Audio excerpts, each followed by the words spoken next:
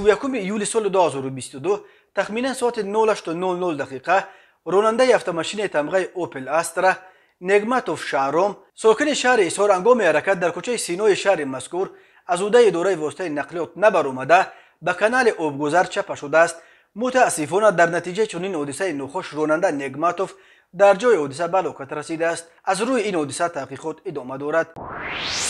به شعبه وزارت کارهای داخله در ناحیه کوشانیان با عریضه زن 50 ساله ساکن ناحیه مذکور مراجعت نموده است که ماه ایون سال 2022 شخص نامعلوم با طریق پنهانی وارد منزل استقامتی شده از آنجا جواهرات گوناگون طلایی را دزدیده از جای حادثه غایب زده است. ضرر رسانیده شده 20,000 سومانی را تشکیل می‌دهد. هنگام گذراندن چهاربینی‌های اپراتیوی جستجویی از جانب کارمندان میلیسیا نابالغ 15 ساله ساکن ناحیه یاوان همچون گمانبر در صادر نمودن جنایت دزدی دستگیر کرده شد. از روی این حادثه تفتیشات ادامه دارد.